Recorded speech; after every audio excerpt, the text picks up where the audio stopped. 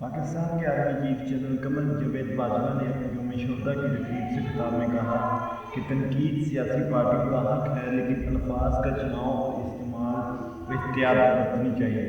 انہوں نے کہا کہ ایک جعلی اور جھوٹا بیانیہ بنا کر ملک میں ہیجان کی کیفیت پیدا کی گئی اور ابھی اس جھوٹے بیانیے سے راہ فرار اختیار کی جا رہی ہے۔ آرمی چیف نے اپنے خطاب میں کہا کہ میں وثوق سے کہہ سکتا ہوں کہ پاکستان سنگین معاشی مشکلات کا شکار ہے۔ کوئی ایک پارٹی پاکستان میں اس معاشی بحران سے نہیں نکال سکتی، اس کے لیے سیاسی استحکام لازم ہے۔ انہوں نے کہا کہ اب وقت آ گیا ہے کہ تمام اسٹیک ہولڈر اپنی ذاتی انا کو ایک سائڈ پر رکھ کر ماضی کی غلطیوں سے سیکھیں اور پاکستان کو اس بحران سے نکالیں۔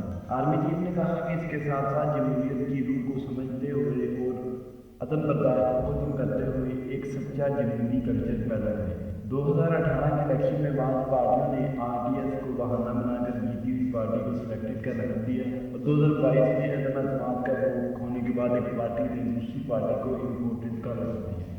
ہمیں اس رویے کو رد کرنا ہوگا۔ ہار جیت سیاست کا حصہ ہے اور ہر پارٹی کو اپنی فتح اور شکست کو برداشت کرنے کا حوصلہ پیدا کرنا ہوگا۔ رائانہ احترام کا نام